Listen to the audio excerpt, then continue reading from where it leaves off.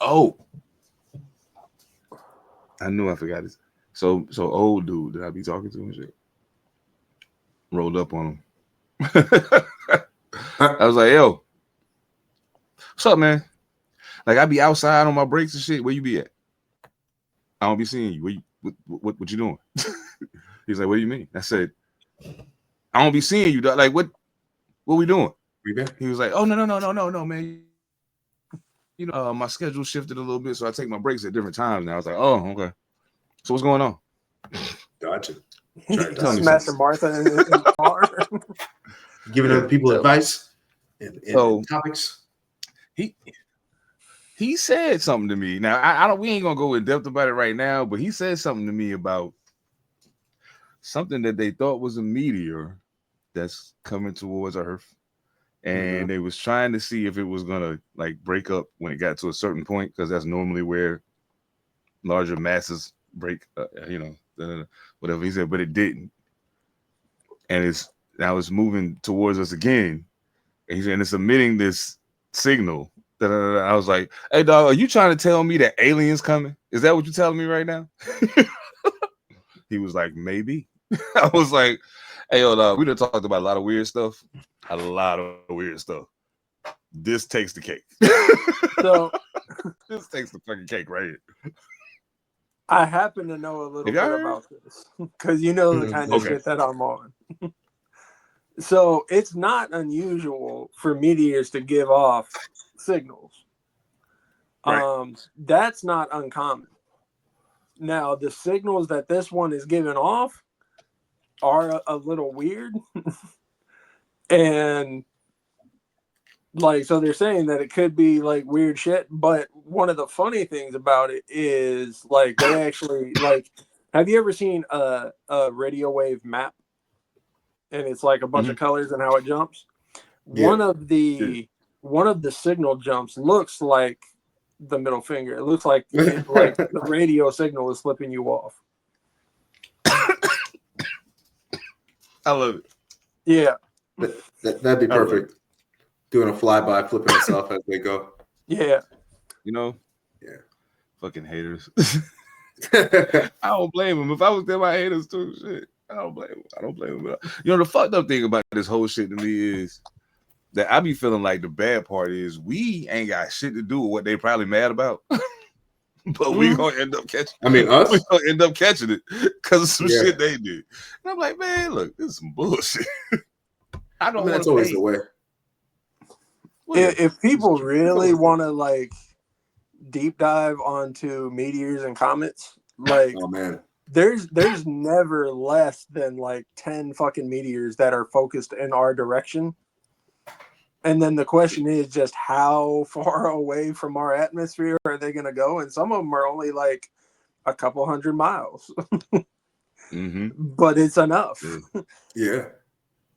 So that is it's wild, but it's just one of those things where they never, like, NASA doesn't say anything about it because it's like there's nothing that we can do about it, so why cause panic? You know? I mean but see, when they bring up stuff like this one that's emitting weird signals, then it's going to get more people involved in looking at the sky, and then they're going to realize we're about to fly through the Leonid meteor shower. Like every November, we go through this major meteor shower, cloud, and the sky lights up, shooting stars, and everybody goes oohs and ahs like Smurfs. But one of them bounces. Well, see, and that's the other thing is that when this news comes out about like pretty much anything involving NASA, very rarely is it NASA putting it out. Like they'll give it to certain like periodicals and shit that are constantly requesting stuff because they have to. But they ain't just jumping on shit. Like if you go and look at the NASA website, they're like, look at all these pretty pictures. It's pretty dope, huh? Over there. Yeah. Away. You like that, right? Yeah. But they don't worry about that big rock coming at you. Crazy. Even the middle finger waves, like they didn't put that shit out. They just put out the mapping of the waves. And somebody was like, yo, did anybody else catch that this radio's flipping us off? And everybody was like, oh yeah, it is. That's fucked up. Fuck you, Earthlings. Yeah. Is that how you find it? Is it you look it up, you go middle finger waves? Is that what the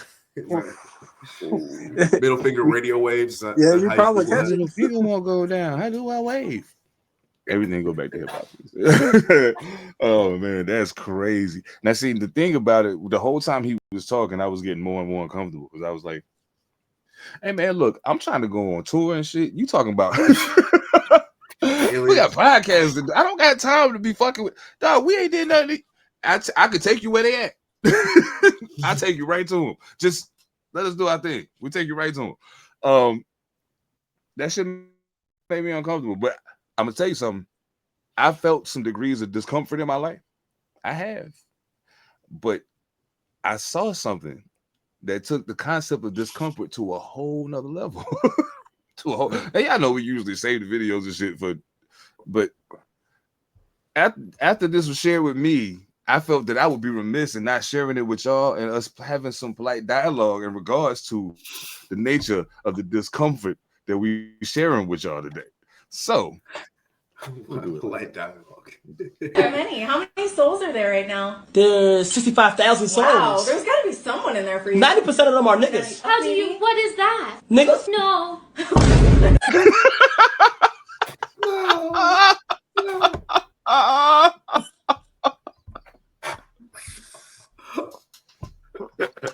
She said in character.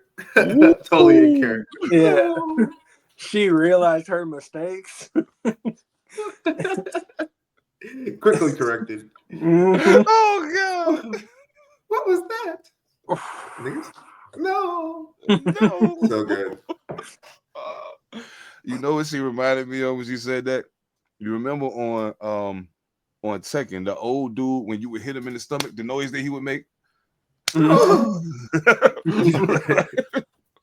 That's exactly what I thought about as soon as I heard her say that shit. I was like, everything in you, like all the shit jumped at you at the same time. I was like, don't do it. And Your all entire that you could career come out your flashing mouth with before her was, eyes. no. And the funny thing is, the young cat that's like talking to all of them won. Like, this homie's talking to a bunch of Disney princesses, and just wow. But from there, like, he was mad innocent. Like, he didn't even realize the problem. Is that innocent or clueless? Souls. Yeah, 90% of them are niggas. What is that? Niggas? No.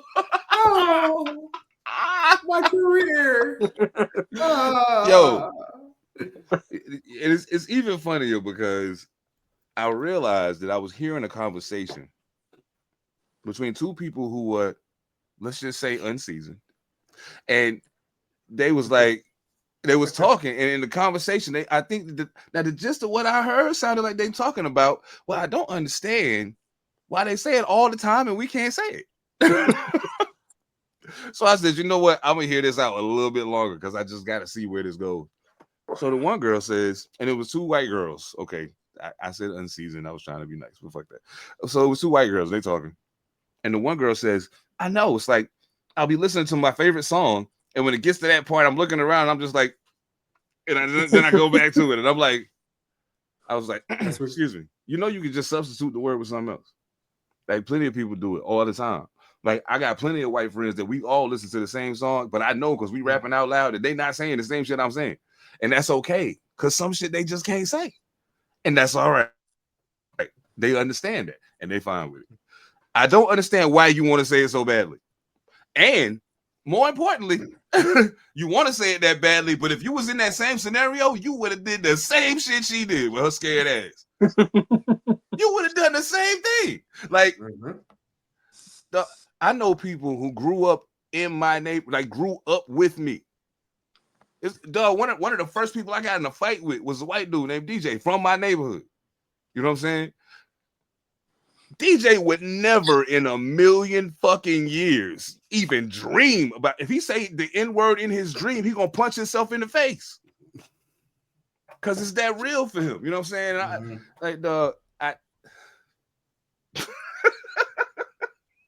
I'm just saying.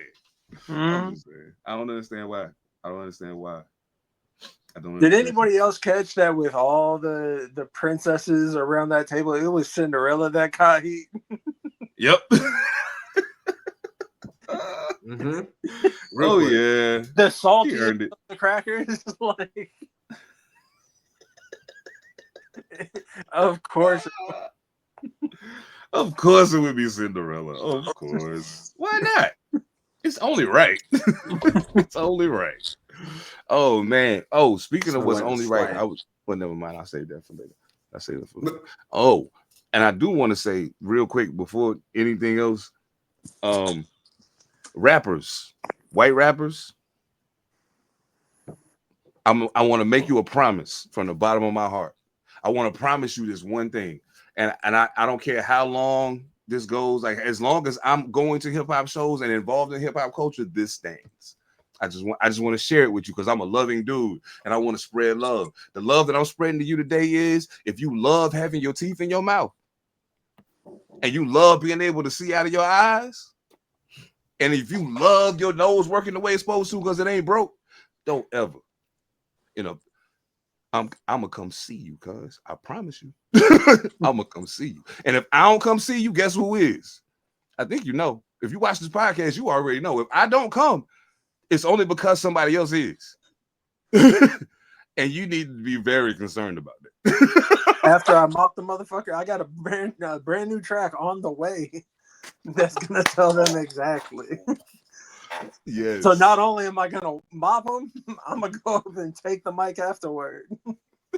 You following this trend of just snitching on yourself? God, dog. Wrote a song about it, like the hit here. Yeah, here you go. You're bringing it way back. That's my Little shit, white man. That's my shit, man. In case y'all didn't know, Book of the Monster Volume 1 out now. Every show that I go to, whether I'm supposed to be performing or not, I'm bringing a thumb drive, I'm giving it to the sound man. I'm like, just in case, you'll know when it's time. You'll know. Yeah. There won't be any question. There won't be any question. Hey. Ooh wee. No, literally. Ooh wee. Ooh wee. Salute to ooh wee. Man, yeah. I don't. Every time I think about it, it makes my blood boil. It makes my blood boil every time I think about it, because I know that there are people who have a certain level of comfort within themselves. And I mean, it's cool that you're comfortable around your people, but that a certain part of that comfort should come from a level of understanding that, case in point, if I go to the country club, right? Mind you, anybody can join the country club, sure. But if I go to the country club, I'm going to be Seven Da Pantha, but I'm going to be a version of Seven Da Pantha that makes sense in the country club. Why? Because I'm a visitor. This y'all playground. I don't play here. I'm a visiting. So I'm going to follow the rules to the best of my ability until you fuck with me. Anyway, but yeah, I'm going to follow the rules. So a big part of that comfort should come from your decision within yourself that, hey, I'm going to come here. I'm a part of this. I'm going to flow with it, but I'm going to follow the rules. And I know what the rules are. Rule number 1 for me is don't say that. That's rule number 1. Don't say that. Then we get to all the hip hop shit. That's all. See, the problem is some of these motherfuckers don't feel like they're visitors anymore. They feel like they put their time in, and it's like, nah. So that goes out to them black rappers that are like vouching for these dudes and allowing them to say it. You should get punched in your mouth too. It's one thing to sit there and say it amongst your friends and whatnot, but like, don't let them put it on wax. Don't let them say it around their friends. Like, what the fuck is wrong with you? Motherfuckers ain't got no. You know what? A lot of y'all motherfuckers is jellyfish. That's just what I'm gonna start calling y'all. Y'all start calling y'all motherfuckers 7 pounds. That's what y'all are. Oh, y'all are jellyfish. That's all you are. Ain't no substance to you. You like to look flashy and get motherfuckers' attention, but ain't no substance to you. You ain't got the spine God gave a jellyfish. Suck ass niggas. Man, punch you in your fucking throat. Anyway. Mouth must be dry as fuck with all the crackers around.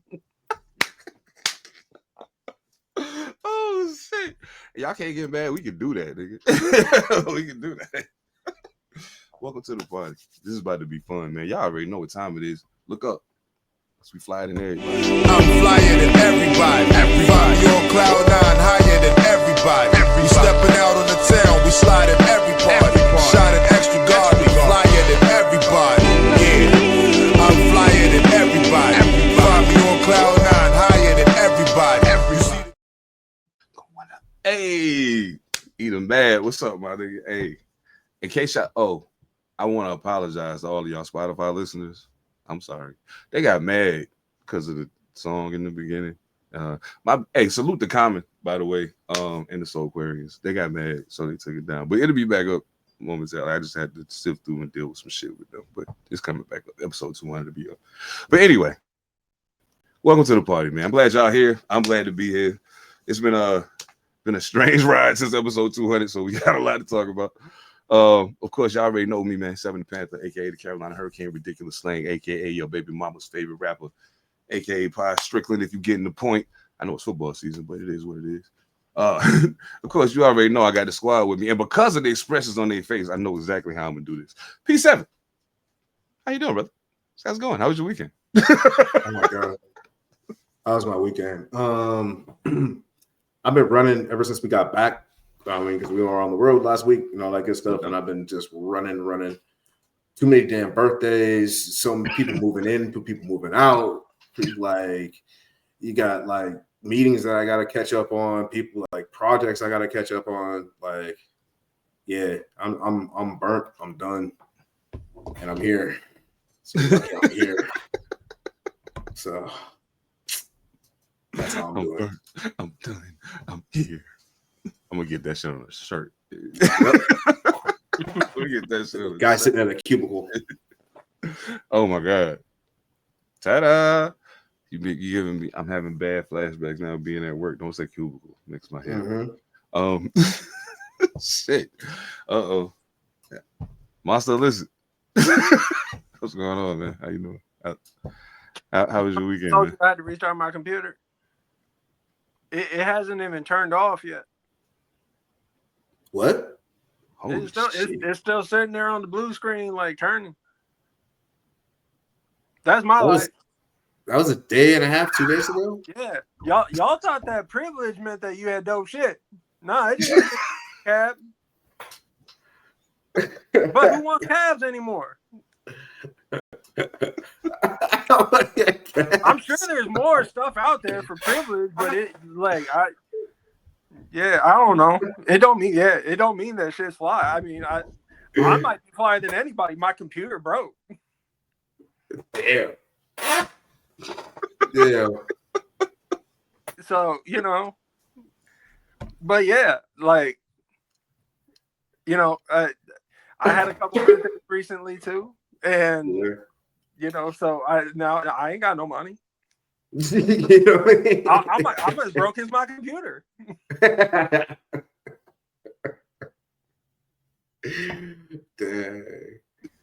Yeah, I feel that. But yeah, it's bullshit. If y'all want to hear it's bullshit. But yeah, my shit still hasn't turned off, isn't it? While I was talking. Holy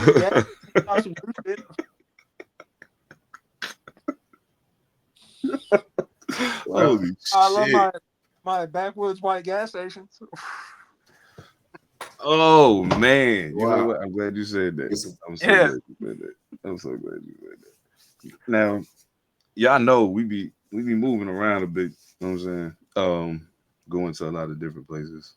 And some of these places, I guess you could say some of these places are very different than what we're accustomed to. They're not necessarily, we'll just say not necessarily our brand of people be there all the time. I find it interesting when you find something at a store that reminds you just how different you are, just how different you are than some other people. Give us a little bit of a preface for this. I'm having a technical issue, but I got you. Give me 2 ticks.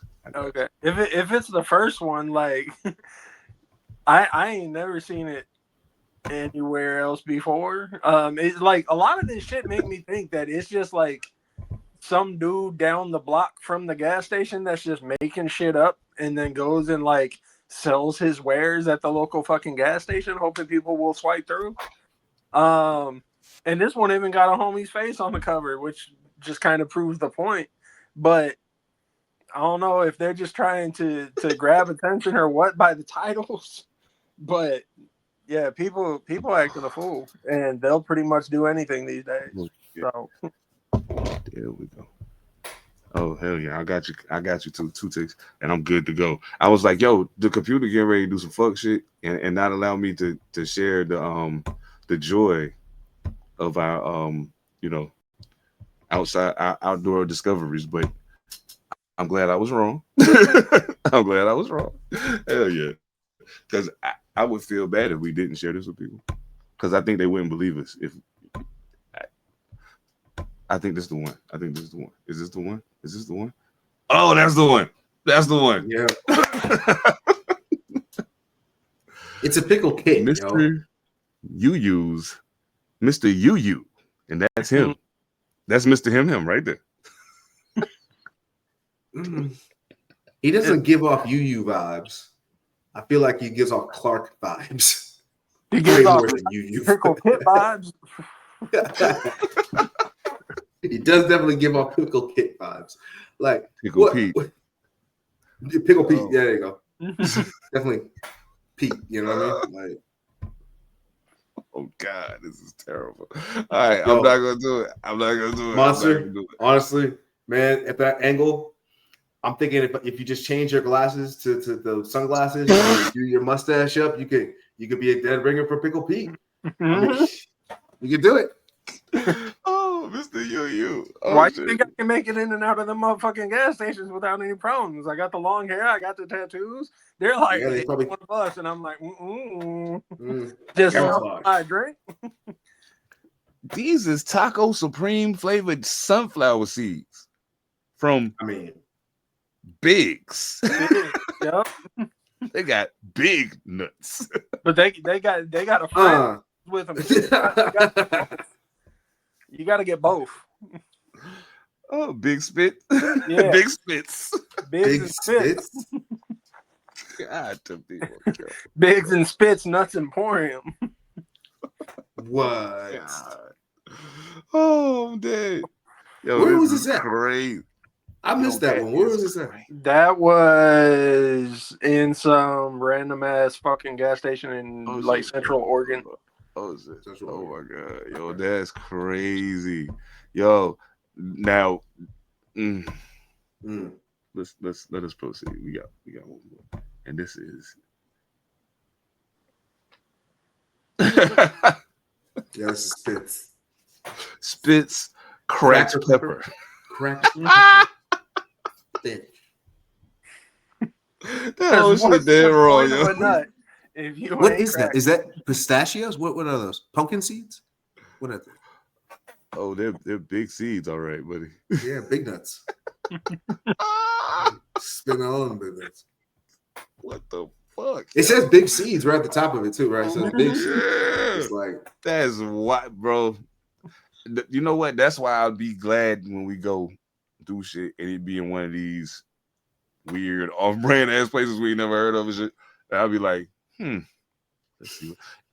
Funny shit in the world. You ever notice that no matter where we go, at some point we pass through a spot that look like the hills have eyes, or one of them. It don't matter where we're going. At some point we do it, and it's like, keep driving. Just keep driving. Yeah, let's keep going. Let's just keep going. We don't need to stop. Nah, you don't need to stop. Fuck that shit. Oh, you know what's crazy? I didn't realize how fucked up my sense of humor was until very recently. But it's okay because I also come to realize that since we all laugh at some of the same shit, I ain't alone. So I can't be the only person who thinks that this is hilarious. Oh. She identifies as hers. Factory reset, getting worse. Like flip right in the non-binary. You can feel the pronouns with the non-body. love the song.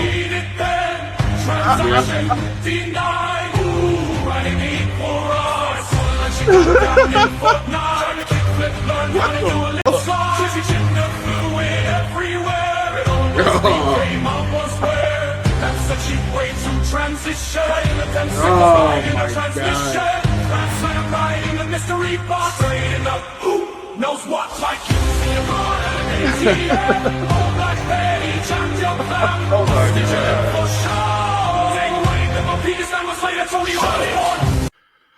Yo, that's crazy.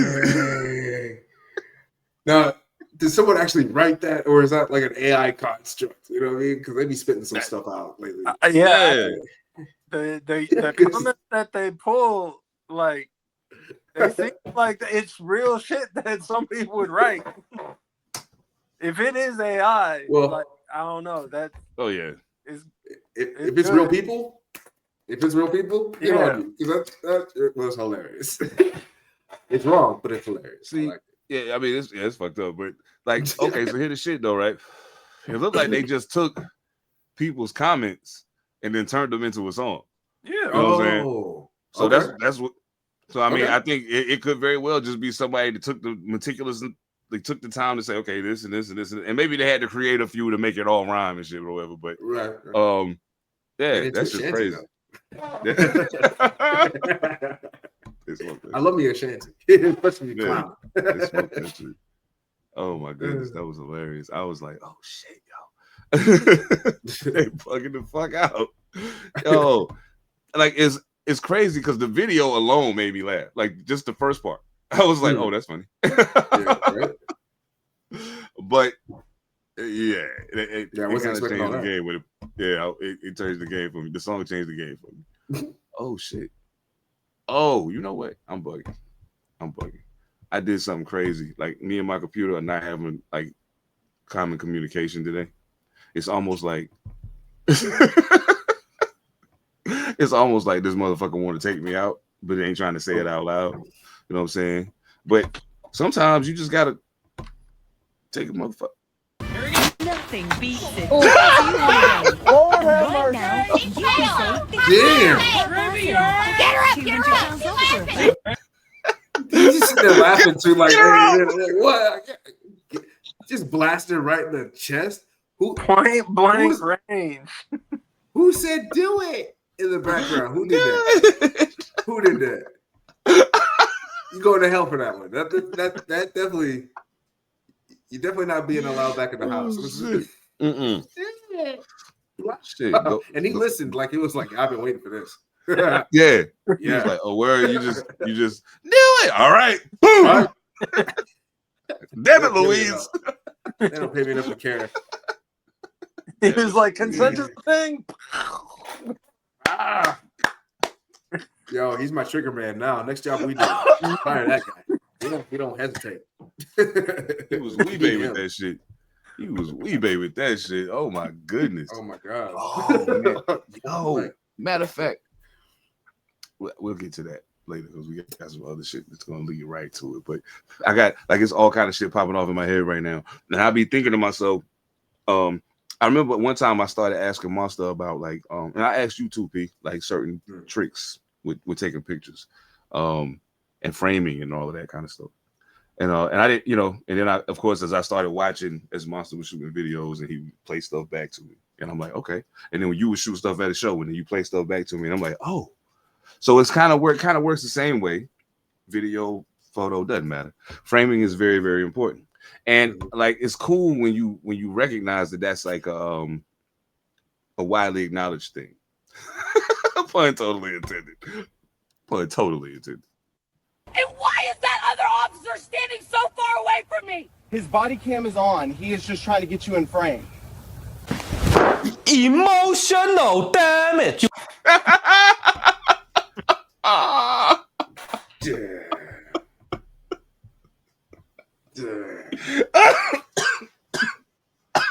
Oh my god. Oh shit, I think I'm gonna die. Okay. That shit is hilarious. His body cam is on. He's trying to get you in the frame. Now, I know for a fact that is AI, right?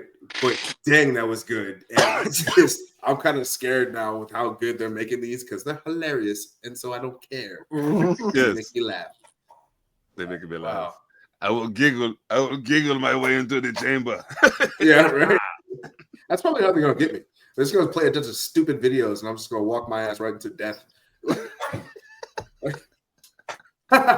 All the way. Door shuts behind me. Hold on, one more video. Don't do it, man. I want to know the prompt that somebody had to use to create the video. It was like, yo, sorry, what would happen if a pig pulled over a big back Betty bitch? I wonder what all the other like what the ones he didn't use, right? Because you know it spits out a bunch of them, right? Yeah. Oh man, they must have been really messed up. 15 fingers. Oh shit, man. You know, I'm gonna tell you some good shit. See, I know some shit is dope when I be like, damn, I want to hear that, or damn, I want to see that, or man, I wonder what happened to that. It's been a minute since we had a humanity show, like, and I, for one, am a fan because I like there's always something that comes up in the mix of this that makes me realize, damn, people really ain't shit. I give motherfuckers too much credit. So I mean, Monster, if you don't mind, I'm pretty sure you have something that you could share with people. Well, shit. In that case, why fuck around? Let's get to it.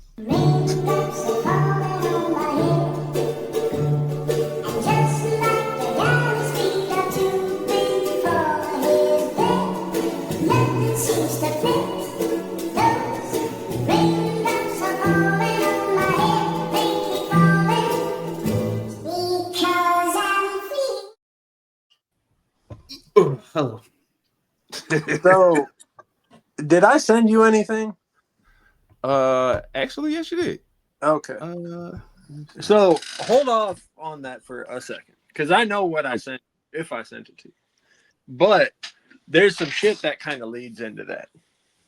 Okay. So let's walk down the path.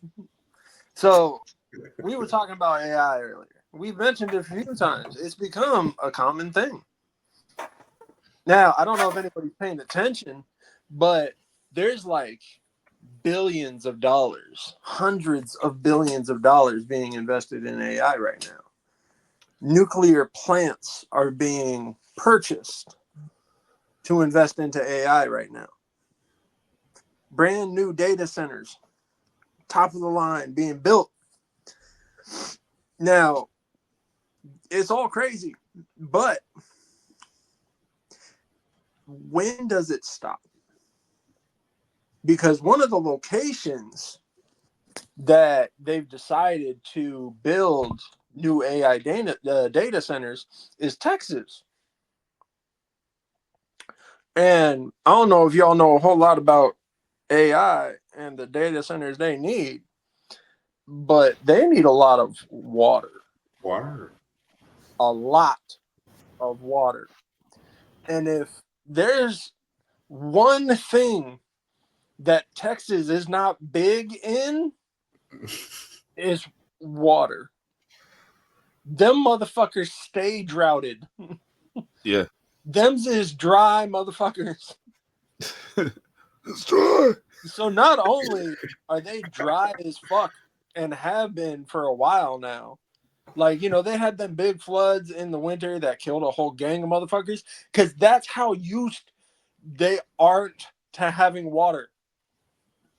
That it just rained and the water level rose by 26 feet in 45 minutes because they're like, we've never had this before. That's crazy. And then all the water went away. That was like 2 years ago. So they don't have any, to the point where now, just as the data centers start to utilize water, they're already utilizing damn near 10% the water level of the entire state of Texas usage just this data center. Man, I didn't ask. Jeez. We talk about where that leads. And anybody that wants to argue that global warming ain't a thing, go talk to Texas. And funny enough, it's a lot of those motherfuckers that argue against it. Yeah. But if y'all want to know the weirdest thing that comes from this, one of the sure signs that we're fucked, go ahead, sir. Post it up.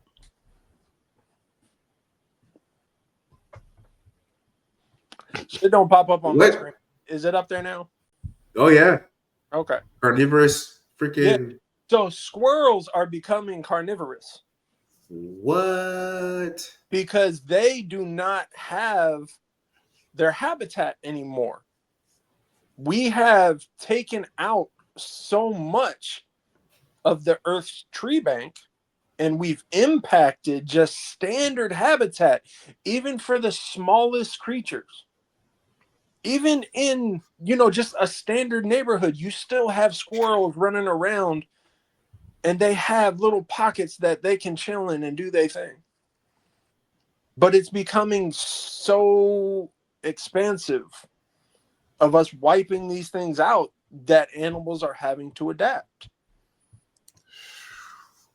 So squirrels are becoming carnivorous. So, that picture, I'm not for nothing. I'm totally with you on how tragic this may be and how kind of crazy this is. But that squirrel looked like he was on some shit. You see his ears, they're all kind of gnarled up and that kind of stuff. And he was kind of pot belly. Could it be that they could be picking up fentanyl? This is based off of a study, not based off of one witnessed occurrence. Okay. But I'm saying, like, with all this fentanyl that's been floating out there and stuff like that, and we know it affects animals differently. So maybe, the squirrels are high on fentanyl and wanting to eat faces. It's very possible. But that goes towards pushing that we have changed their habitat. Yeah, word. Squirrels don't naturally come by fentanyl. Little Chip up there ain't selling jumbo. Yeah. I mean, what's up? So no matter what argument or hypothetical we would want to throw out that to say maybe this could explain it. The bottom line is they all come back to the common factor that humanity is fucking up the planet. And everything else is suffering for it. Wow. That's crazy. The funny part is, it's like when this was all hypothetical, right?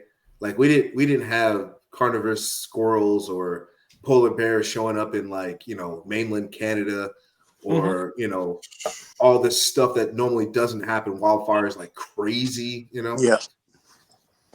You could speculate, well, if we try to do something, what's the impact going to be the other way? Or do we have enough money to keep it up? Or at this point, we don't really have much of a choice. Like, we just need to bite the bullet and do something because at this point, you got carnivorous squirrels. Now, I'm from California. There's a lot of squirrels. Yeah. I'm thinking attacking the killer squirrels is not what you want to have in California. Yeah. I bring up zoo all the time.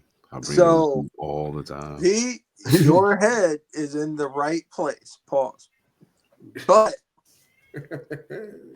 we needed a whole lot of other people to get to that spot. Yeah. And we needed them to do it about 10 years ago. Because the seals have already started to break. Oh, wow. We're already 4 seals in. And actually, there's a 5th that's coming up. That'll be on the next one.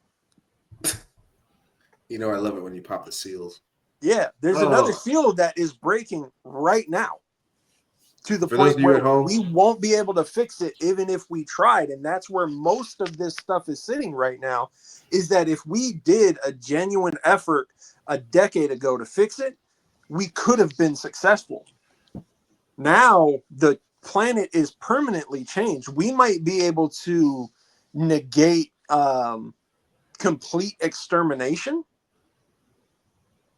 Like we might be able to get away from that, but there's no way for us to put the planet back to what it is other than I reach my goals and everybody goes. Adios. Bye.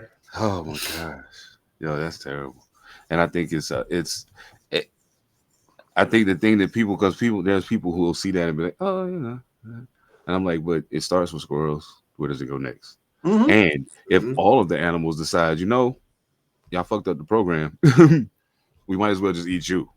Mm-hmm. If they decide that, then what? Mm-hmm. All of you, like mad people, got animals living in their homes or animals that live on their property. You know what I'm saying? Mm-hmm. Some of them very powerful animals. Like people got horses. If horses decide, oh, that's it, the fuck you gonna do? If you ain't already armed and ready, that's your ass. It ain't, you can't do nothing. They faster, they stronger, they will come and get you. So again, Seb, your head's in the right place. The problem is people don't look at the reality of things. We think of, like you said, horses, you know, big animals, right? Worried about rats. Yeah, you know, we could worry about rats. Imagine if insects decided, yo, y'all gotta go. Yo, what if jellyfish? For real, what if jellyfish said we had to go? Like, because if they decided they wanted to block all the fish from coming to us, that's all the fish. They want to clog up, like, because they can just like let body parts go, you know, clog up the fins on propellers and whatnot. Jellyfish are dangerous. Plus, they can sting you. You know what I mean? Some of them are poisonous. Like, if they decided just to come up on us, like, hey, slightly being facetious, but it's a thing, you know. Be facetious. I'll take it one step further. The jellyfish are the soldiers. Yeah. Jellyfish got cousins. Yeah. And their cousins are one of the smartest beings on the planet. They are highly adaptable. It's what some of y'all dumb motherfuckers would call octopuses. Krakens. We got one under the bridge. Yeah. What you said? We got one under the bridge over there. So, giant kraken. Yeah. And everybody, when somebody thinks of an octopus, they think of small Pixar motherfuckers, right? Mm-mm. And even they can be dangerous. But there are big motherfuckers out there. So, yeah, it's the stuff that we don't think about, the stuff that we write off as not a threat, like squirrels. That is going to come and bite you in the ass, literally. Swarming you. So right. Now the shelf life is there. The decay is occurring as we speak, and y'all motherfuckers' shelf life is dated. Please believe it. If you have swarms of squirrels coming at you, like, you don't have enough bullets. I just thought about that. There's not enough shotgun shells. Like, they're gonna come in mass. There's a, you know, I'm not kind of caught for Marvel or whatever, but they got this character called Squirrel Girl at Marvel Rivals. My kid be playing it, and they be just swarming dudes and just taking them out. Now imagine that for real. Nice computer game, but imagine that for real, because they're hungry. Because they're hungry for you. Like, yo, that one chick from that last video. She be good eating. She be like. So there you have it. And it's like that. Heavy.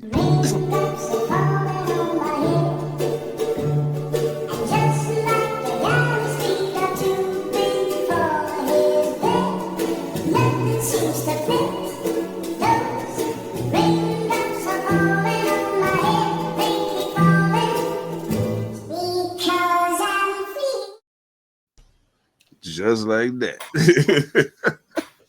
Just like that. Oh man, yeah. I'm thinking like, the wild shit, man. I be thinking this shit all the time. I be like, yo, you know what's crazy though? Motherfuckers don't be realizing they think that animals can't communicate like across different species, and I'm like, nah, they can. Like, there's a reason why they're able to move the way they do out in nature without people present. There's a reason for it. They know some of it is innate, you know what I'm saying? But some of it is also, hey, when he says, okay, we hear, the other animals here, oh, here come these motherfuckers again.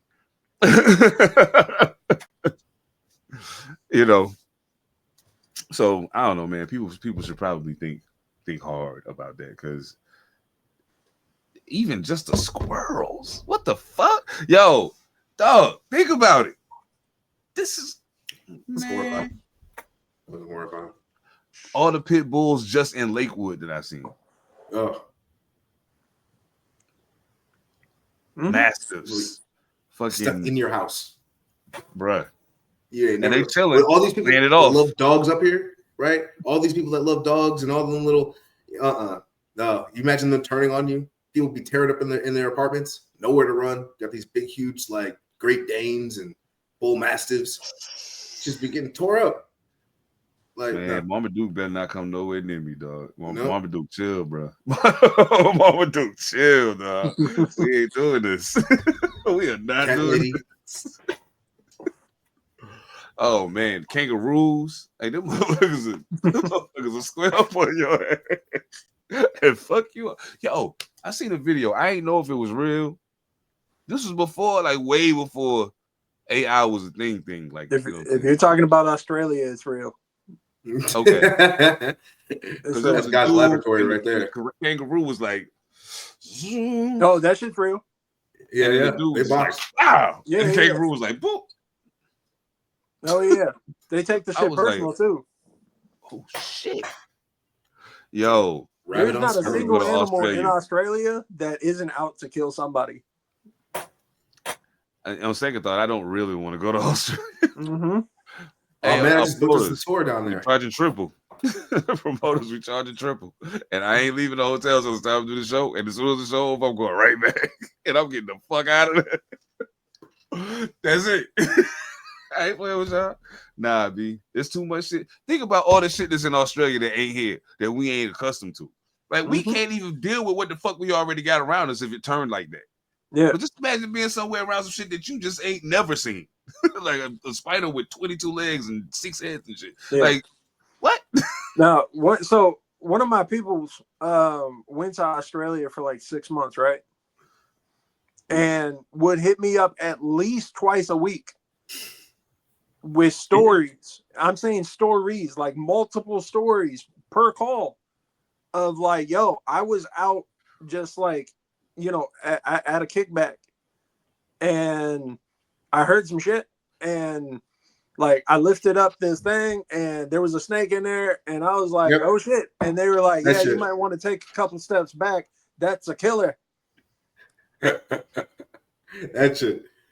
Yo, you might want to take a couple steps back. Because they got snakes everywhere. It should be just called the land of the snakes. Yeah, spiders too. Yeah, spiders everywhere. Dude, I was in Perth and like they told me, they warned me before I went to go use the bathroom in the bar that I was at. Make sure you check underneath the lid just in case any snakes got in there. And I'm like, what are you talking about? This is an actual, this is not a shack like Crocodile Dundee. This is an actual spot, And I walk in there and sure as shit, when I looked open the lid, there's a snake chilling in the thing. They're like, oh, just flush it down. Just flush it down. Mm-hmm. But I had to go. I'm not sitting down. Yeah. Nah, B. Come back. Nah, B. I held it. No. I waited. See that y'all didn't understand that y'all thought Australian is Armenian for death by mini bites. Death by mini bites. Oh shit! See, scorpions, like, centipedes. I be bugged out on some like think about on some go back to Africa shit. Okay, so say I go to Africa and I get ran up on by a tiger. Hell, I be out sometimes by cats. Fuck you, I'm gonna do with this motherfucker. I can't run. I mean, I can't, but it ain't gonna be. No, it's like being in a like. Have you ever been in a situation? Oh, this is a good question. Have you ever been in a situation like even when you was like, we'll go teenager and up, like because when you little it don't really matter. But been in a situation where you was, like say either it was I won't say a fight, but I will say it just got to a point where it was like you thought you had it, and then all of a sudden it was like, oh shit, oh no, I don't. Like that. Woo. Now, are we talking with animals, or are we just talking like just in life in any kind of fight? Yeah, anything, just anything. Yeah. Man, too many to count. So like I was with my homeboys. We were at a high school party, you know, and I'm sitting there on the couch, hanging out, talking to some girls and some of my friends and whatever. We were just cracking jokes and that kind of stuff or whatever. And then I hear this noise in the back room. Then I hear my homeboy get thrown out of the back room. And I'm like, man, what's going on? And I step up, you know, because it's my homeboy, right? He's immediately step up. Plus, he's like 5'5", you know, he's a small dude. So I was like, you know, what's going on? And I step up, and then the dude that threw him out comes walking around the door. And it was this big Samoan. He was at least 6'7". And I'm, you know, at 5'9", you know, just that's not going to work. And I realized this is not going to go well for me. Next thing I know, I'm getting thrown through a plate glass window, landing on the lawn. My homeboy get thrown right outside like Jazz, right behind me, right? We laid on the lawn like, okay, yeah, it's time to go. It's time to go. I got to go. That's crazy. Oh, yeah. Time to leave. I didn't even ask him what he did. I didn't even ask him what he said. It didn't matter at that point. It's like, we're done. That's it. Like, it doesn't matter. No, it doesn't matter. That's one of them times where you just got to be like, whatever you did, whatever you said, it is what it is. Let's just leave. Let's just leave. I don't care. Time to go. I don't even think I have my keys. I think I just walked home in defeat, man. It's no one humble. So mine was in a more controlled situation because I didn't realize I was getting played. It was like not when I first started boxing, but you know, very short into it. Because you know, I'd already been fighting a little bit, and then I got into boxing, and you know, I was thinking that I was good, right? So I'm going up against one of my guys that like I liked sparring with. And I didn't realize the entire time that I had been doing this, he had just been taking it easy. So I'm sitting there and I'm getting a couple things in, right? And I can see him like, you know, he's ducking the right moves and everything. So I'm like, okay, this is just a good bout. And then like it started to get a little, and I was like, oh, okay, he's setting up for something. And then yeah, I just didn't see it coming. He hit me. I hit the ground and I popped back up. I was like, what was that? Yeah. Oh shit. Yeah. When he said he popped back up, it was like a half hour later. But it's cool. You know, he pulled his punch, and the thing is, like, he as soon as it happened, he laid out everything that he did. And he was like, these were your tells. This is what I was setting up for. So if you see these things in the future, that's where it's going. And he would just break it down, and he made me a better fighter. Just with that one fight, I grew exponentially. Yeah. Broken ribs to do that. Yeah, I can do it. Man. Nah, like the funny shit is okay. It's kind of like the Luka Doncic theory in my brain. I don't know how much I know about Luka, but Luka plays seemingly in slow motion. Mm-hmm. Much like Joker. I think they're from the same place. They very similar players. One's just 7 feet tall, the other one's 6'7". But they play in slow motion. So in my brain, I keep thinking, well, they're moving so slow, why can't you stop them? Stupid question for me to ask. And I'll tell you why. I was in a martial arts tournament, and I've been watching this guy, like warming up. And I was like, he's not very fast. This should be easy. Because in my brain, I'm like, all I have to do is hit him quickly, change position, and I can finish them off. Well, there's a problem with that theory. The thing that you don't get to see when somebody's warming up is how well they defend, how well they evade, how well they. And he's not very fast, but he doesn't have to be to move the way that he moves. He's very, very much here, and it's just kind of here, here, here, here, here, here, here, here. And it's like, how the fuck am I missing you? More importantly than how am I missing you, how do you keep hitting me? Because I don't even. I see it coming. I think I stopped it, and then it hits me because it's coming that slow. I'm over shooting it. And I'm thinking to myself, this is insane. How is this even possible? After I lose, because I lost. After I lose, I go back and I'm like, yo, explain this to me. My sensei said to me, he said, you know the story about the tortoise and the hare? I was like, right. He said, that's what just happened to you. Because you wanted it to happen when you wanted it to happen. He played you. He knew you were faster, quicker, probably stronger. But if you can't hit him, what difference does it make? And by the time he finally finished you off, you were tired from all that fast shit. And I was like, yeah, because I ain't even hurt, but I lost. You know what I'm saying? And I'm like, yo, I learned a lot. Learned about pace and all of that good shit because, yeah, Luka Doncic beat my ass like on some real shit. Like, I mean, he ain't hurt me, but I'm saying at the same time, like, shit, it is what it is.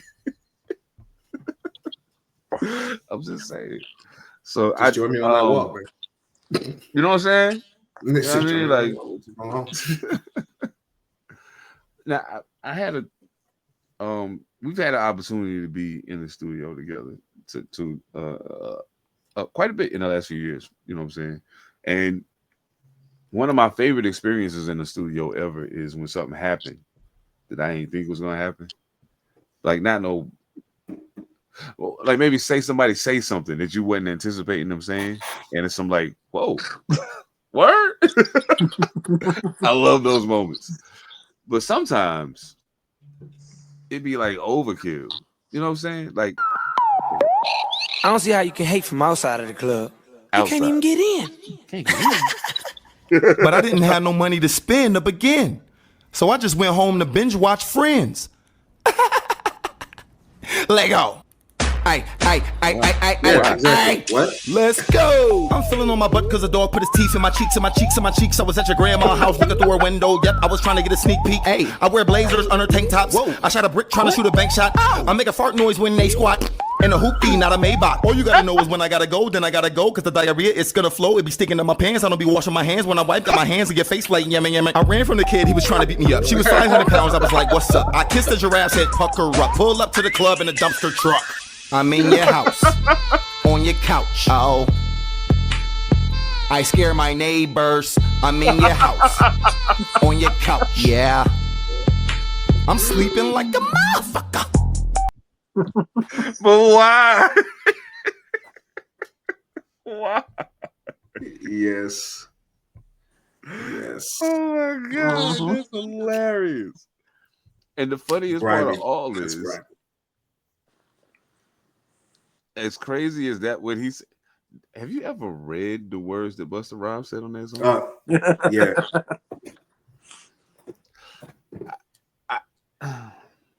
I could say nothing and say more. That's all I'm saying. That's all I'm saying. But you know, Busta is not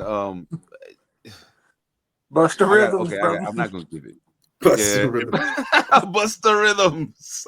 I love it. Oh shit, yo, that shit was hilarious, yo. I'm not even gonna have the Busta Rhymes conversation right now. We can have that later, but I have my own views on Busta. But you know, every now and then we talked about Nas and what he's doing at Mass Appeal, but a lot of what he's doing right now is with veteran MCs who have already proven their mettle. Busta is one of the few guys from that era who still is very much tapped in with the youth. And he does come across a lot of dope MCs and some questionable. Yeah, I remember that song. I'm in love with the cocoa. That was Busta's people. He gonna have to hold that one forever. But every now and then. Yeah. Savant, listen. Vibe with it. I'm the Don and I got the key. So when I die, hip hop will grieve. Dead ass, that one bar got a monopoly. Y'all be trying it with y'all ebonics. Your intellect is a mold, mine is polyphonic. And I'll be honest, trash rappers, I'm perturbed at you. Rehearsed a few perfect moves I could use to quickly murder you. I ain't even gotta curse at you, I'm merciful. My words will do worse than submerging you in a submersible. Online they say it's black Eminem. I'll be offended when you fools can out-rap Eminem. I'm from the same school as him, same influences. So I'm fluent with the same slew of spew as he's fluent with. If you knew about rap, you probably knew Abyss. You might have heard of Big L, you probably knew of Chris. An entire community that musically exists before hip-hop was taken over by capitalist lists. Your top 5, I ain't there, you ain't heard of me. If not, you like nursery rhymes and you prefer to be hearing that low vibrational rap about murdering. They say don't judge, well I judge because it's perjury. Surgical with this bitch, which you perform surgery. Allergic to bullshit on the radio irking me. But I don't like all that miracle rap. You sound dumb, especially when I'm hearing your rap. Niggas be whack trying to hate on the pen. That's like somebody that's fat trying to hate on the gym. I get it, the class clowns on the table again. Full central earth down, I ain't gonna say it again. Hen, I'm a 10-10 with a 6 cents from the entrance. I was intense and I got smoked like I'm incense. You a cockroach in an instance, I'ma squash your whole existence. A Picasso with the pen, bitch, vintage, this is... Dan da da, muse voila. This is what you get for spending. Summer's in Kanda, Ghana. I cry, hold up, stop the wahala. If you rock with me, holla. Go ahead, throw up the dollars. I'm the modern day chevalier. Buster gave the nod on shade, past the Cavassier. Psych on Drake, let's celebrate. We beat the Matrix by using magic. To all the plagiarizing rappers taking my tactics. Saw the weather change, knew your fall would eventually happen. And I get it, my shit is cold, that's why you want a jacket. Somebody has submitted this to my live stream like 2. I don't give a fuck what you talking about, nigga. Yo, he smoked that shit, yo. Very entertaining, very entertaining, very entertaining. I mean, I don't say that in that it wasn't. I think sometimes when I say it's just entertaining, people assume that I'm saying that it wasn't. Yeah, he had some bars in there too. It wasn't. Yeah, nah, it was dope. I was about to overkill just a little bit. But he was saying everything I've been thinking for the last like year and a half, man. Like that was it. Industry, that little industry bar, his bars on people just being whack. I mean, I love it. It was good. Oh yeah, no doubt, no doubt. Yeah. You gotta check out more Bus's people now that they doing Coco shit. But I mean, you know, he might be in love with the Coco too. I'm just saying. You know, he was a little animated. He might have been like, yo, that shit, yo, he was smoking that shit though. His flow was real crazy. Like, I like the and plus the way he kind of transitioned bars into the next one was kind of smooth. Like I like to hear some continuity to it. Like every now and then doing some shit and then the next line ain't got nothing to do with what you just said is absolutely fine depending on how you play it. But like just the continuity of it was really dope. So it's good to hear that and hear it with a purpose and not just like a stream of consciousness, you know what I'm saying? So yeah, that shit was dope. Now the thing though is that I like to hear as much as I like to hear the new shit, I like to hear the old shit. And sometimes I like to hear a blend of the two. You know what I'm saying? Where somebody takes something that's very familiar to me and redo it in a way that I'm unfamiliar with. Like we had your man Meech. Salute to him, man. I'm about to reach out to see if we can get him on here. I gotta hit him up. I got to. He's crazy, yo. But you know, I'm glad we got put on to that because it just make me appreciate shit like this even more. Get out the way, bitch, get out the way. I said move. Get out the way. Move. Get out the way. Get out the way, bitch, get out the way. Whoa.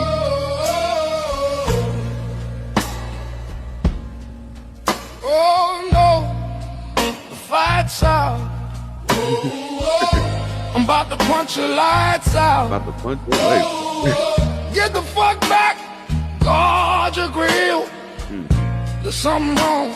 We can't stay still. I've been drinking and busting too. And I've been thinking I'm busting you. Upside your motherfucking forehead. Upside your motherfucking forehead. Upside your. And if your friends jump in, there'll be more dead, causing confusion, disturbing the peace. It's not an illusion. We run in the streets. So bye-bye to all you groupies and gold diggers. Is there a bumper on your ass? No, nigga. 100 on the highway.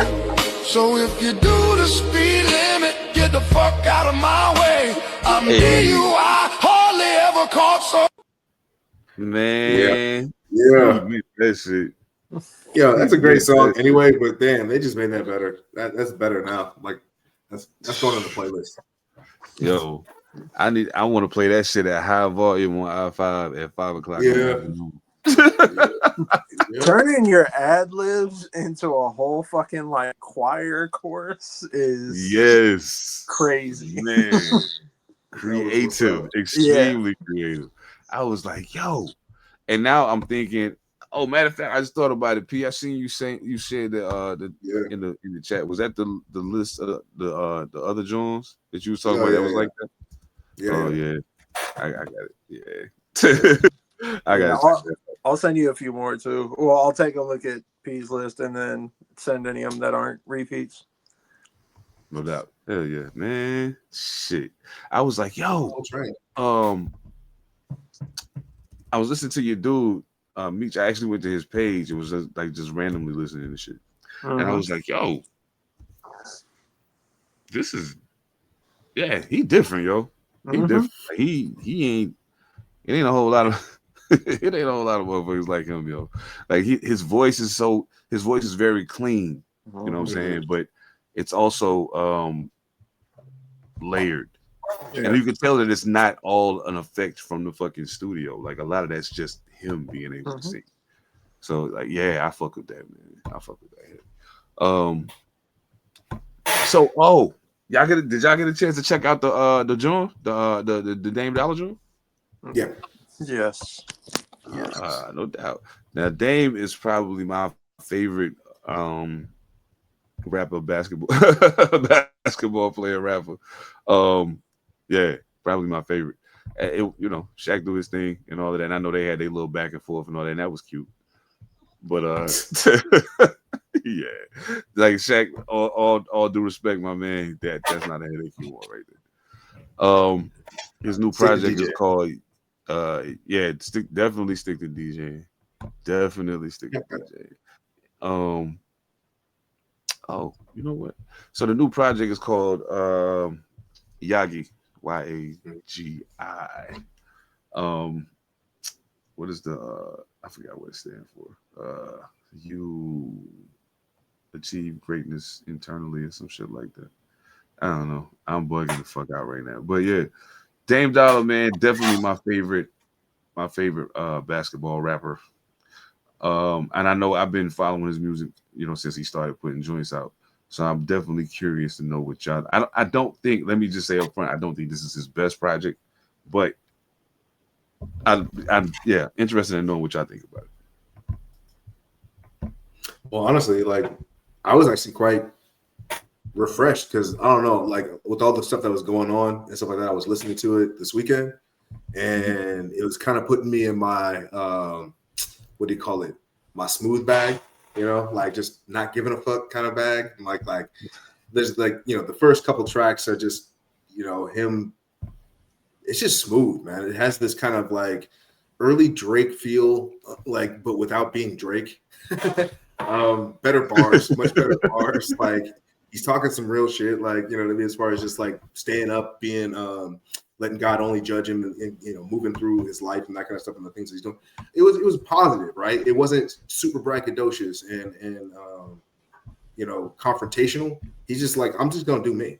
You know what I mean? And I don't really care what anybody else is gonna do. I'm just gonna slide. And that's kind of how all the tracks are. He's got that 1/3 track. Was it the Dogskin or whatever? I think it's on the 3rd track. And it's just, but it's the 5th track. It's 5th track, yeah. That one, honestly, I've been there because he has a bar in there. It's like, I'm gonna be single. I'm not trying to love nobody for a while. That I owe myself, right? And it's like, yo, I feel that kind of freedom I want to feel. Like, yo, okay. And there's a lot of good bars in there that him being a basketball player was not expecting a lot. And this actually kind of just put me in a like, okay.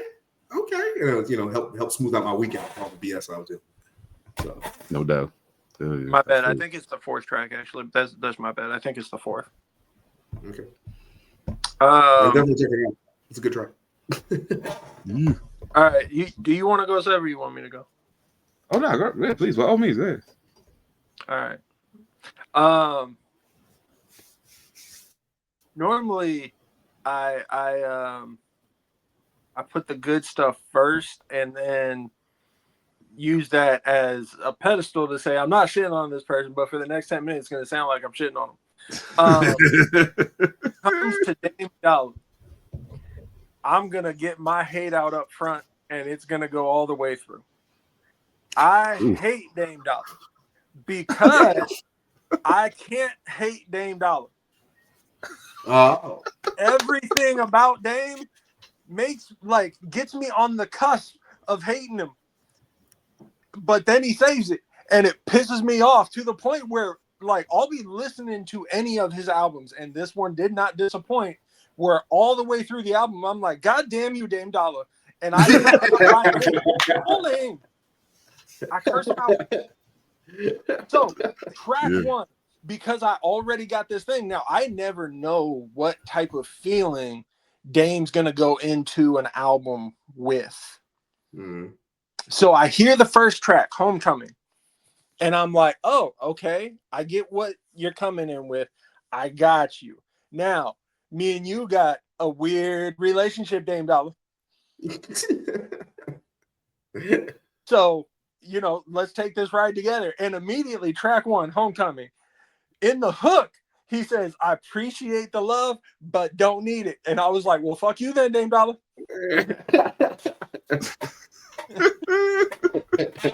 And then we keep going on, and then track 3, Back Activated.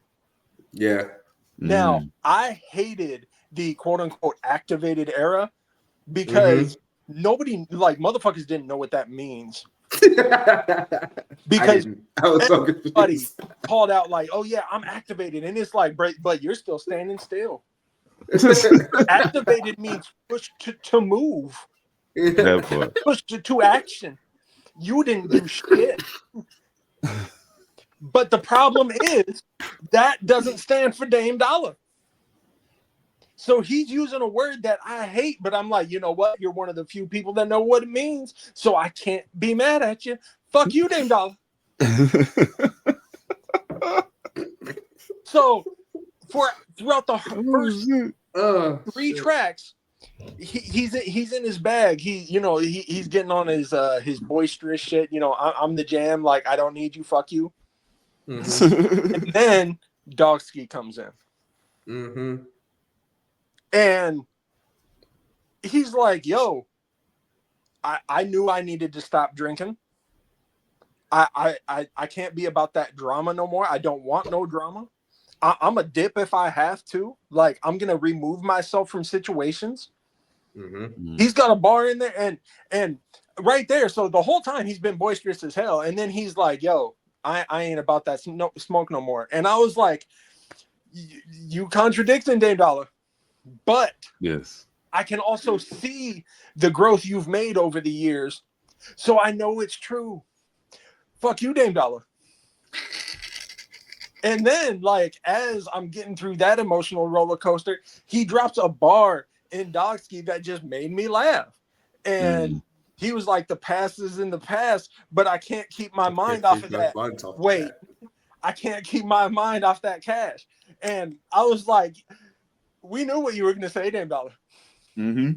Everybody knew what you was gonna say, and you was still about that business. But nope, you after that money. I respect that. Okay, and that's those first 4 tracks. I was like, okay, I know what kind of time we're on. Dame, cool. Let's continue this journey together. And then track 5 hit. And I was like, oh, so now you want beats. Because Give Me Some Love, track 5, all the way down, the beats are fucking fire. Fire. Yeah. And I was like, this isn't the album that you did, Dame D.O.L.L.A. The first 4 tracks, this was not. So what are we doing? And you said in the beginning, yo, thanks for the love, but I don't need it. And then you named your 5th track, Give Me Some Love. Huh? Fuck you, Dame D.O.L.L.A. Yeah. You already said you don't need it. So now you're just saying, yo, I don't need your love. But yo, go ahead and run that anyway. Give it to me anyway. Yeah. Anyway, yep. You're going to give it to me anyway because it's a fire track. You're selfish, Dame D.O.L.L.A. You're a selfish man. But the beats were fire. Yes. Everyone going down. The bars started getting better. So, like, I like lyricists. Dame isn't the, like, epitome of lyricism. He's got a nice pen, though. But he's nice. Nice, though. And I'm like, so I can't hate you. Because you might not be the best, but you're nice. And I'm like, yo, I don't always fuck with your beat selection. This album ain't really my thing. Haha. I don't need to like this album, Dame D.O.L.L.A. And then he was like, I gotcha. Now, Dame D.O.L.L.A. isn't necessarily a storyteller either. I like concepts. I like stories. But the thing is, he's so pointed in his concepting. Even if he's not building a story, he has a specific focus for every track, and he doesn't stray away from that. So he's like on the cusp of being a concept rapper. And it's like, so it makes it so hard to hate him. I can't do it. And then throughout all of this, the last track in the hook, he took me down the roller coaster, and I was like, God damn you, Dame D.O.L.L.A. And then in the hook on the last track, he's like, it's never bad. He just slides in the hook, and I was like, yep, that's the final conclusion. Fuck you, Dame D.O.L.L.A. It's not the best album of the year, but it's a good, solid Dame D.O.L.A. album. And he does this to me every time, where I want to hate him, but he won't let me, because every time I'm like, aha, I got you. He's like, no, monster. I got you. No. I think I got you. Watch this. Oh man, yeah. I just want to say first and foremost, when somebody first told me Dame D.O.L.L.A. rap, I was like, fuck out of here. Like, then I forgot that Dame was from, let me be clear, Dame from Oakland. He's not from the Bay. He said very clearly, I'm from Oakland. I don't say I'm from the Bay. It ain't the same thing. And I was like, ooh, I hear you talking shit. So I was like, okay, I hear you, dog. Because up to that point, I was like, Shaq's still the best basketball player rapper. Shaq's still number one. Sometimes I hear somebody better. He the one. So I stumbled on his first, I guess, mixtape. And I was like, oh shit. Dame can rap a little bit. All right. That's what's up. As the projects have gone on, I've heard, like, you think a person that do that, they so engrossed in what they do as their career that they not paying as much attention to it. But I can tell that he takes the time to work on his craft. He don't just rap when it's time to rap. Like, this is something he do all the time. You know what I'm saying? So I went into the album like, okay, I know I like Dame as a rapper. I like most of his projects that I've heard. You know, it's a few of them that has got some joints I could do without, but overall, I like his music. So I was like, okay, I'm going into this on the upside. So if we starting even, I'm already up here with Dame because I already like his music. So I'm expecting to like it. Home, you know, first record come on, I was like, oh, he rapping. Okay, cool. And much like you said, the first few joints, the beats are very minimalist on them. You know, so they giving him space to do what he need to do. When things changed up, he changed with them. Okay, the beats coming a little more. Okay, then I got you. I'm gonna go there. My Daddy's Son Part 2, probably one of my favorite songs on the whole project. And because I love the first one, but I love to hear you hear so much negative talk about fathers in the Black community from rap music. It's good to hear somebody who not only putting it out in a hip hop song, but he's a professional athlete. Like he came out of that, and now he's this on both fronts, and he credits the man who helped make him who he is. You know what I'm saying? Love to hear that. You know what I'm saying? He was like, you know, I'm like what do you say? He says shit like I'm like his clone. You know what I'm saying? Come to my kids, I'll kill. You know what I'm saying? I'll die for him. You know what I'm saying? So I'm like, yeah. Hearing him talk, the other thing that I appreciate the most about him as an MC is as I've heard him through different projects, you hear his evolution as a man in the music. You know what I'm saying? When he first started out, he was still younger, you know, balling super big contract he just signed. He on top of the world and he rapping like it. You know what I'm saying? And it wasn't that it was bad. It was just everything. A lot of the stuff was very celebratory because he had a lot of reason to celebrate. And you could tell as he started going through ebbs and flows in his career, and things of that nature, you could hear the reflection of that in the music when he wasn't sure what was going to happen, if he was going to stay in Portland or not, or what was going on with that situation, the project that he put out. You could feel the angst in it. You know what I'm saying? So, this particular project, I think, is probably one of his best written albums. I honestly can say with this year that Dame's not going to be playing basketball because he's recovering from the Achilles tear. I wouldn't be surprised if we see a couple more projects come out from him before he get back on the court full time. You know what I'm saying?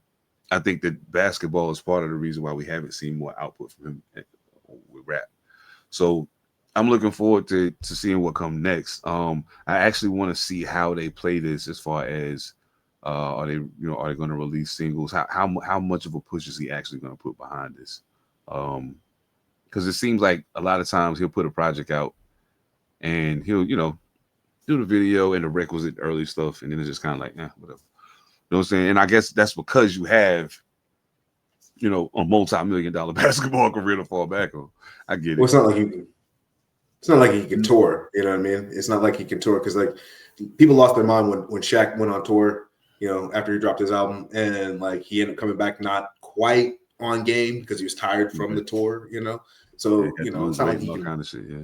Yeah. So, you know, all you really can put a video out, maybe do a couple like small shows somewhere local, you know, just to be able to pop your head in, make sure people know you're out there. But yeah, it's kind of unfortunate because I would love to see him on stage actually. That, as you said in the very beginning, his flow was just kind of like, you know, the music was letting him work. And that's a very much an Oakland West Coast, you know, kind of just flow master style. And that in a live setting, if you have the crowd that knows it, it's always, you know, people will just start rapping along with, and everybody can because it's so slow. It's so easy to kind of go along with. It's like sing along time. You know what I mean? And I would love to see that live on stage. His flow is very conversational, and I like that too. And I also like that he's I think he doesn't shy away from. Yeah, I know I'm Damian Lillard, the basketball player. I get it. You know what I'm saying? Yeah, I know all of that, and I'll talk about that. I'll talk about the big contract and hitting the game-winning shot in your face, and I'll talk about that, sure. But that ain't what this is about. Like, I want you to respect me over here for this.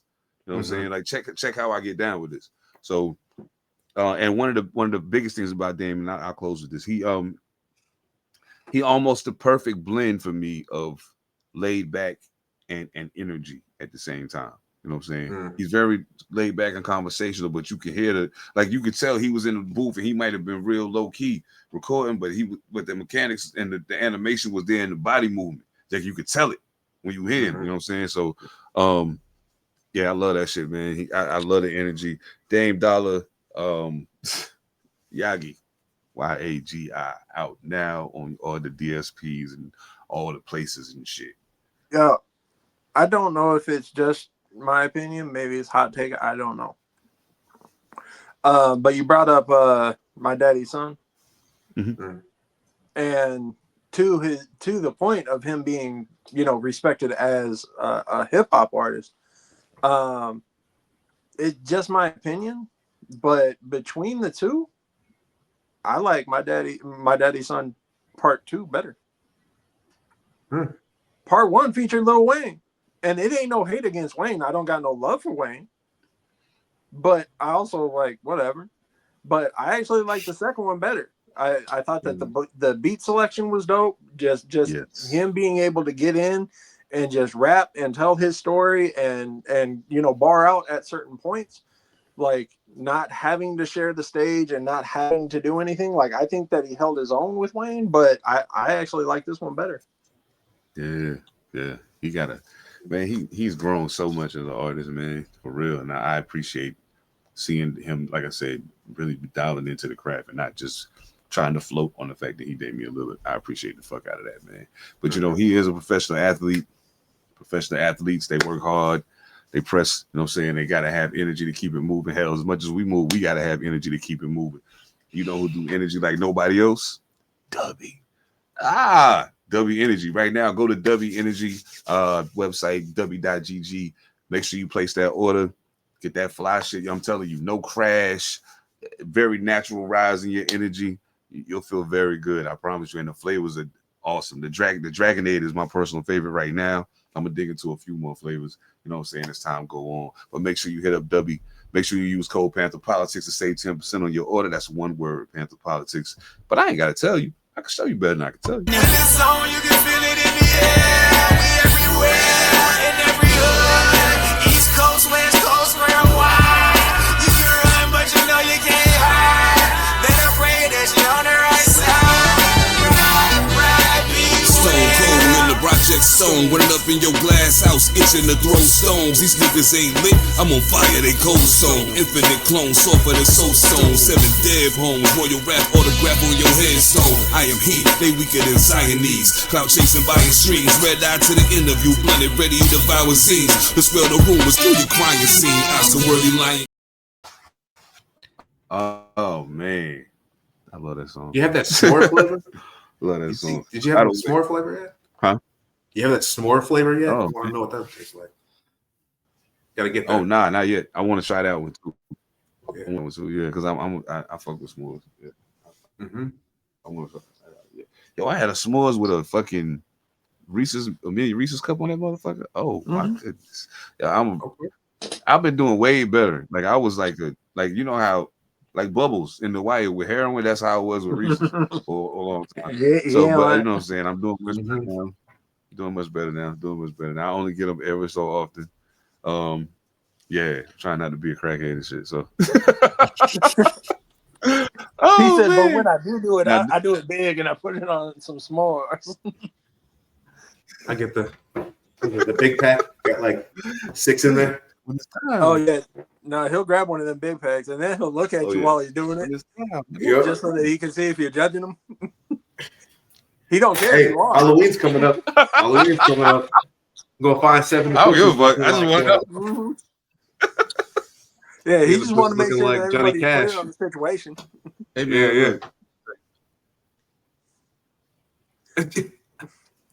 They're gonna get P with funny videos. They'll get me with Reese's. They'll get Monster with crazy titled names. We all have our vices, man. Put it out there now. This one's called Cleopatra's Jugular. Oh shit, Cleopatra's Jugular. What is that? Yep. Oh it's me. shit. Dead. Push that button. Curiosity Now, killed this guy. Now I'm about to say something funny. I had a plan for this next segment of the show, ladies and gentlemen. I just want y'all to know that I had a plan for this shit.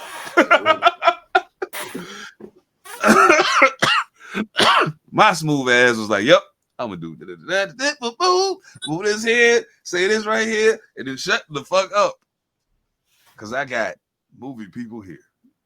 I don't need to say nothing. I'm just an actor. I can put my shit up and shut the fuck up. No. Well, suffice it to say, I'm not gonna be able to follow my plan. Cause I'll just say people to Mojo Barnes. He pulled a Mojo Barnes. Yo, shout out to Mojo Barnes. Saturday morning. It's out right now. It's on streaming right now. It's on streaming too. All the SPs. So y'all too cheap to go to Bandcamp. It's on Spotify. So y'all too cheap to go to Bandcamp. I'm not gonna turn it into them. But anyway, I don't know if y'all people out there. I ain't shared it nowhere, so now y'all ain't seen it, but you about to see it now. You about to see it now. Of course, this is episode 201. Right now, we about to get into a conversation that I've been kind of waiting to do this. And this will be part one of the conversation because we will return to Sinners after somebody watch it so we can get his take on it. And let me just say, for a Bay Area native, oh come on, Googler and Jordan, y'all should jump this nigga when y'all see him. I'm just look, man, I've been on the road. I've been on the road all summer, man. Like, look, Ryan, mad love, man. Like when you put out that you have to watch it in a certain format, I was trying to make sure I got into the theaters to watch it in that format. However, in bum-ass Washington, there was only one theater in my entire area that had it. And I was on the road way too much. And every time I tried to watch it, it was sold out. So that's mad love for you that, your thing was getting sold out every time. But yeah, I didn't get a chance to watch it. I'm sorry. Now I got to watch it on the small screen. I'm sorry. Don't hate me. Don't have. Well, for those of y'all who've been living under a rock, or those of y'all who follow the P school of thought in regards to movie watching, the movie that we're talking about is obviously Sinners. Ryan Coogler and Michael B. Jordan have a great working relationship, obviously. Yeah, Monster, I know you the one that brought this to the table. I absolutely positively would love to hear what you thought about this movie. So I'll start out by saying this might be my favorite role that Michael B. Jordan did, and technically it's two roles because he plays twins. But not only did he get more dialogue than he traditionally gets, because I think people have started to realize that is the thing. Like in just a lot of his movies, he's held back in dialogue, whether he's a supporting actor or even if he's the star. I thought that he was able to really explore both characters, and the brothers are similar enough that he doesn't have to do a wild jump, but they're different enough that he gets to explore kind of a multifaceted angle, like a single direction, but many angles within that, and it's pretty dope to see. So yeah, that would be my first call out. Just from a cultural standpoint, I can't say enough about the movie. I don't want to go into too many details until P has seen it, and then maybe we'll come back to the more cultural piece of it. But there are points where just the setting itself, the time frame, like it was really dope to see them recreate that and really show Black culture in the South in that era. So yeah, without going into too much detail, the cultural aspects of the movie were outstanding. and fucking white people. Man, like the bad guys in this film are crackers. Those are the bad guys. I mean, now if y'all have seen Shocker. Sinners, you can say that it goes further than that. But the bottom line is nothing would have happened if the white bitch had stayed inside. He ain't lying. He ain't lying. Everything would have been different. Everything would have been different. It would have been a whole different. They would have had to name the movie Black Wall Street or some shit. The way that was going, but literally, it came down to a white bitch saying, "Yo, them's just crackers out there. Let me go and talk to them." Yeah, and then everything went to hell. Yeah, why don't you sit your fast ass down somewhere and stop worrying about talking to people? Sit down and think about something. What the fuck wrong with you? Read a book. They out there. It's them out. They can talk to each other. The bitch wasn't supposed to be there no way anyway. Yeah. They can talk to each other. Where the fuck you go? Right? Yo, so this was all crazy. Like propaganda for reading Rainbow, right? This is all just getting people to read books. Sit down, mind your own business, read a book. But yeah, once Percy watch it, there's a few things that more that I got to say. But no doubt. No doubt. But movie is fire. Oh yeah, absolutely. Yeah, P, you gotta watch because we gotta have that conversation. I want to really be able to deep because it's a lot to unpack in it really. But I think for me the biggest thing was the imagery is awesome. Like it's like as I'm watching it, it's like I'm enjoying the movie, the story, but I'm like, yo, what I'm seeing, if this was on mute, I would be cool.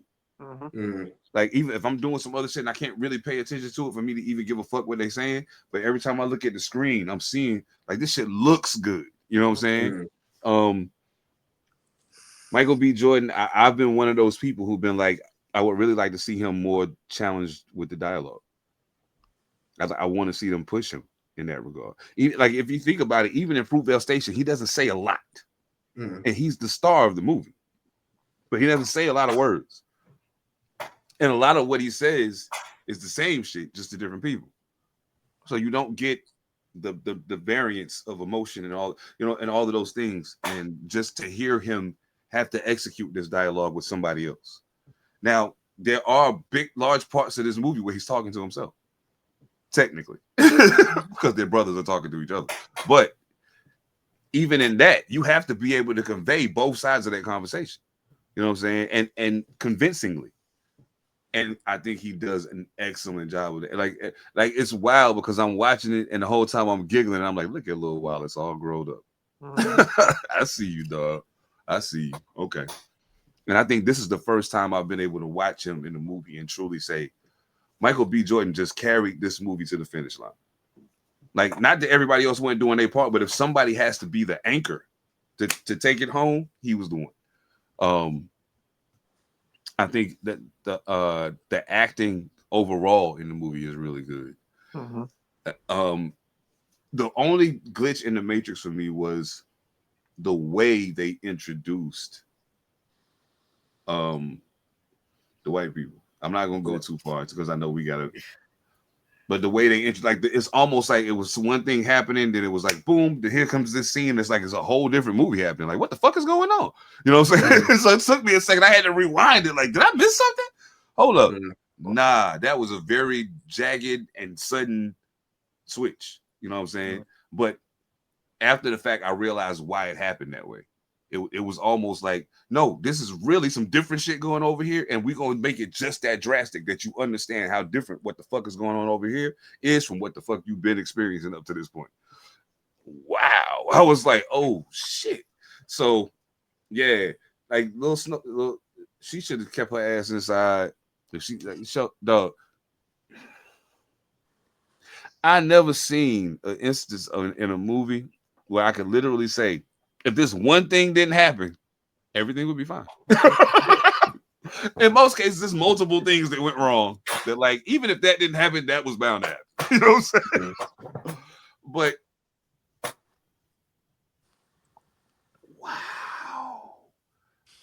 It really was that simple. I can't wait till you see this so we can really talk about it. Because like the writing was awesome. The actors are great. It visually is super appealing. And even the way the metaphors within the story, and what some of the things represent other than what they appear to be. And like the dope part about this is even if you see it and you don't get none of that, you'll still like the movie. Mm-hmm. Even if you just see it for what you're seeing on the screen. Mm-hmm. It's dope. But if you really know what's happening, it's like, oh, that's dope. Ryan Coogler, excellent fucking job, man. Excellent fucking job. I'm telling you. That shit is fire. Ooh-wee. That shit is fire. Tell me one movie you were excited about and it disappointed you when you saw it. Oh man. So I'm gonna go there. Like 1989, right? I had my brother wanted to take me out to the movies. He's 8 years older than me, right? So I'm literally 9 years old, right? And he comes back and he comes back from college and he wants to take me out to the movies, and that kind of stuff. And he's willing to sneak me into a rated R movie. My pick, And at the time, like Predator 2, I think was coming out at the time. And Robot Jocks. Yeah. I don't think anybody knows what Robot Jocks is, but I wanted to see it. You chose Robot. Oh man, because I thought it was giant mecha robots. Yo, I just got done watching Gundam. I want to see this live action. This is gonna be dope. I'm 9 years old. I don't know movies, man. I don't know nothing good. I didn't see the first Predator because until it got to the house and we snuck that because again, I'm young. I'm not allowed to watch these kind of movies, right? So I'm like, 2 birds, 1 stone. I get to pick. I'm gonna get Robot Jocks. My parents won't get mad because we saw some rated R crazy movie that I wasn't allowed to watch anyway. Yeah, no, he ragged me for like 18 years about that. It's just about how bad that movie was, and he'll never let me pick another movie again. I think to this day he won't even let me pick a movie when we have like holidays and shit. He'll ask his kid, be like, "What do you want to watch?" He's like, "The person can't pick nothing." Absolutely. I make movies for a living, man. I got over that. You know what I'm saying? Like this is Thank God. I was not. Robot Jocks instead of Predator 2. Oh, I mean, I ain't never been that high, but yeah, I think I like mecha, man. Yeah, man. I can dig it. Shit, Monster, what about you? Event Horizon. Really? Yeah. You didn't like it? Okay. So I'll say it like this. It's been a very long time since I've watched it. I think now, if I go back and watch it, knowing what I'll be watching, it might be more enjoyable. But there were a pretty good stream of sci-fi movies that were coming out in that time frame, and a lot of them were really, really good. And then you see that you got Lawrence Fishburne and Sam Neill, and I'm like, there's no way that this isn't fire. And I came out of the movie and I was like, what the fuck did I just see? Now, I was saying that on a whole nother tip because I was not expecting it to be a horror flick. You know what I mean? So I thought it was just going to be some kind of sci-fi action, whatever. No, I knew it was going to be sci-fi horror because there were other ones that were coming out in that time frame, like Sphere. There was Sphere was more psychological, and so at worst case we're dealing with the psychological thing. I was not expecting Rocky Horror Picture Show or freaking Pinhead and shit in space. Well, exactly, and that's what I'm saying. You're expecting certain things. Yeah, and especially with those actors and Sam Neill, he's done some wild shit in the past. Go watch In the Mouth of Madness. and you'll see that Sam Neill don't fuck around, and like that's just one of many. So I probably should have known because I had seen In Mouth Madness and a few of his other films since then, like before then. But yeah, it wasn't what I expected it to be, and it was weird, and yeah, like I came out disappointed. I'm gonna go back out and watch it and see if that's changed, but I came out and it took me a minute to get over that one. See, I was just traumatized. That's why it took me a moment. Like, I was like, why? When that dude went out the airlock, that was the first time I actually saw somebody what it would look like to get, vented out. And I was like, oh my Lord. It's not what I was expecting. Yeah. I had a date. I saw it in theaters, opening night. Not what we See, expected. That's a rough one. Yeah, but it was a good movie though, It was a good movie. It's funny because everybody only knows the actor you were talking about from like Jurassic Park, Yeah. And that's so tame compared to the movies he's been in. Mm-hmm. He likes body horror, he likes creature stuff, and man, he's not afraid of that makeup. No. So, what about you, Zach? You know what? I don't know if the word that I would use is necessarily disappointed as much as I just think this movie is overrated. I rewatched Forrest Gump recently. And I was like, the more I think about it, this movie ain't really that good. It's okay. You know what I'm saying? I'm like, but like the way that I've seen what they were trying to accomplish done better. You know what I'm saying? And I'm like, like Tom Hanks sold this, and like some of the scenes, like it's funny at times, and they got the tear jerk moments and all of that shit. But at the end of the day, I was like, this really ain't like it's one of them. If you a sentimental one of them people that's like, if you one of them, then okay, it'll probably do it for you. But like, I ain't one of them people. So like, when I see it, I'm looking at it strictly from a standpoint of, do I like this? You know what I'm saying? Nah, I don't really like it. Like it's okay. Like I'm not gonna be like, hey, turn that shit off. But nah. Tom Hanks, you're absolutely amazing. I hats off to you. But nah. I'll tell you the one scene that made me love Forrest Gump. I love the movie for one scene. Because everybody knows Forrest Gump, he's a simple dude, right? Mm.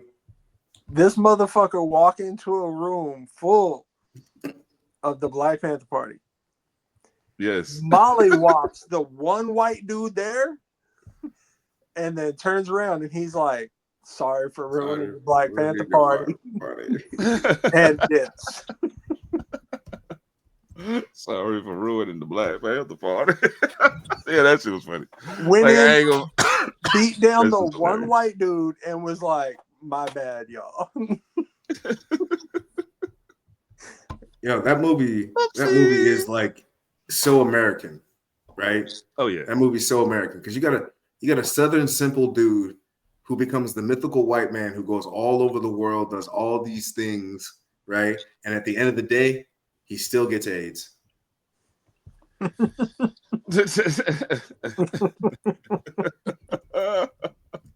I mean,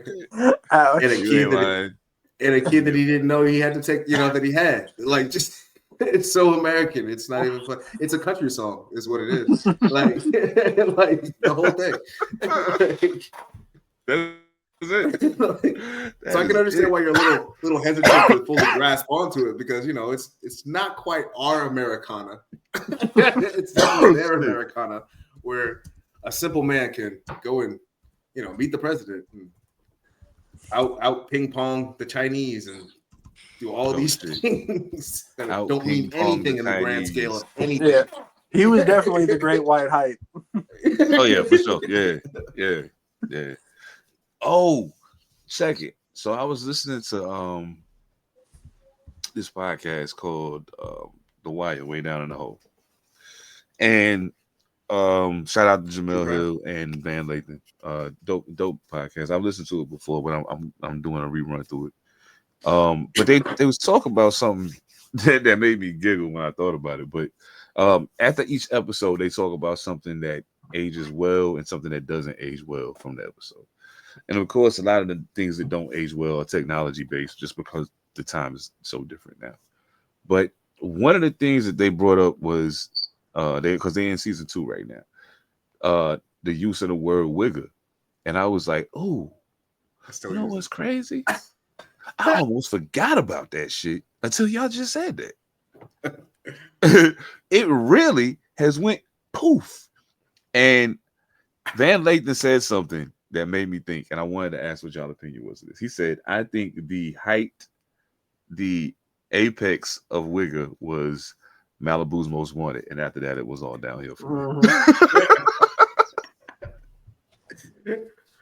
Absolutely hated that time. Absolutely hated that time.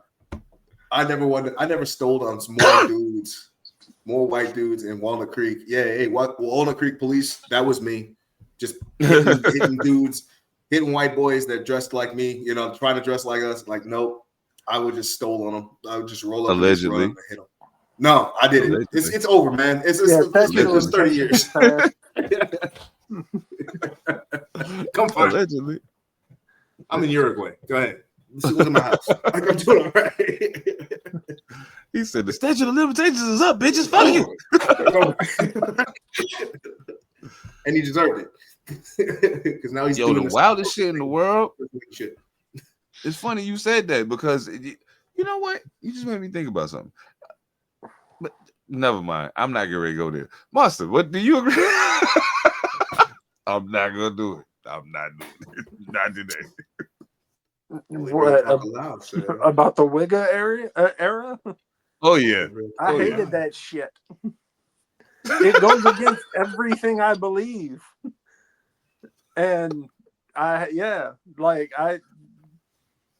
problem is like I'm still fairly local to where I had to mop a few people. So yeah, they wouldn't have to go too far to find me. But I move a lot. Yep. Let's just keep it different. Can't give it, motherfucker. But no, I absolutely hated that shit.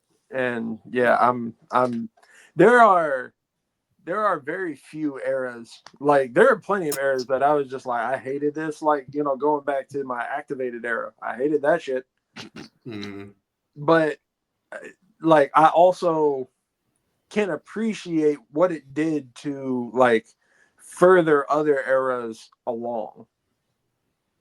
No doubt. So even eras that I'm like, yo, like, can we stop this, please? Like, I understand the necessity behind it to drive other things, but that like there are very few that it's just like, yo, this should have never started.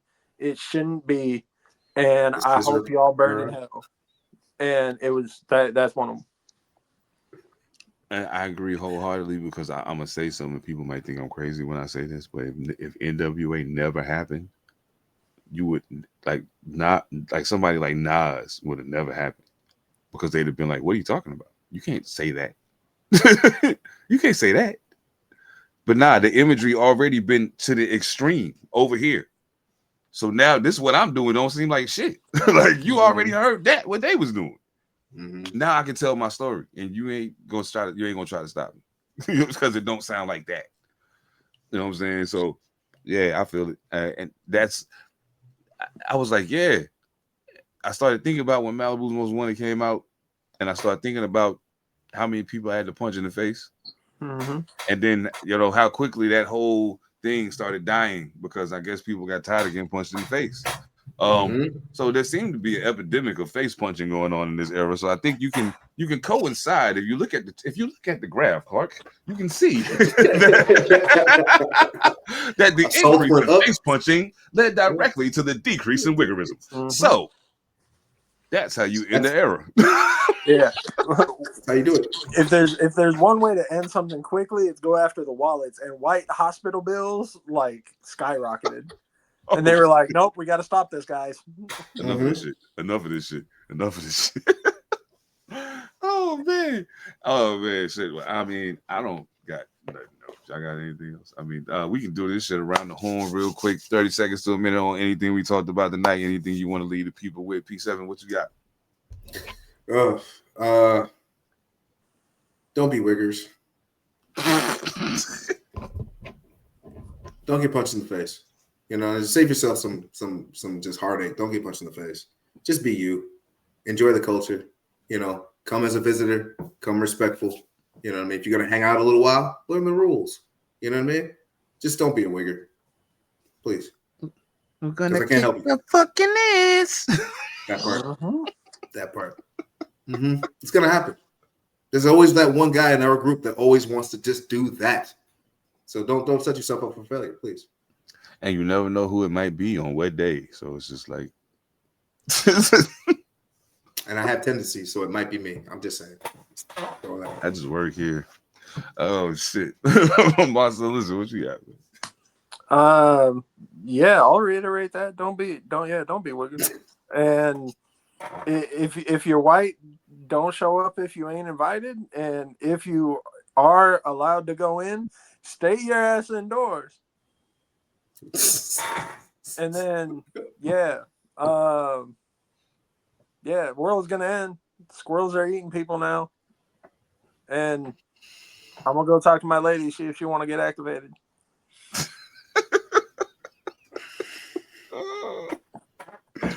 Oh my goodness.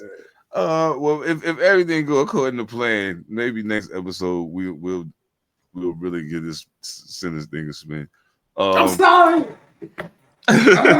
Sinner. You sinner. I missed the mark. Oh man, don't forget Book of the Monster Volume 1 and now Sun in the Morning out on streaming. Few and far between. Solely Interrogated coming on November the 7th to streaming. A lot of dope shit in the works. I don't know. I might be dropping some music soon. I will be performing October 24th in North Carolina, Greensboro. Salute to my man, A. Ruger. It'll be good to see y'all. 336. It's been a long time. You know what I'm saying? Yeah. Dope shit in the works, man. Keep your eye on the prize, man. Keep your emerald eye on the prize, man. You know what I'm saying? Yo, stay tuned, yo. It's about to go the fuck down. I don't think y'all understand what's happening right now, but it's about to happen. Trust me when I tell you. Salute to Echo Limitless, salute to W Energy, salute to my guys over at All Purpose, Phantom and Evan Almighty. Y'all already know what time it is. On behalf of P7, Monster Elicit, I am Seven Da Pantha. We are Pantha Politix Podcast. We'll catch y'all next time, fam. Peace. I'm flyer than everybody. Everybody on cloud 9, higher than everybody. We stepping out on the town, we sliding every party. Shining extra guard, we flyer than everybody. Yeah, I'm flyer than everybody. Find me on cloud 9.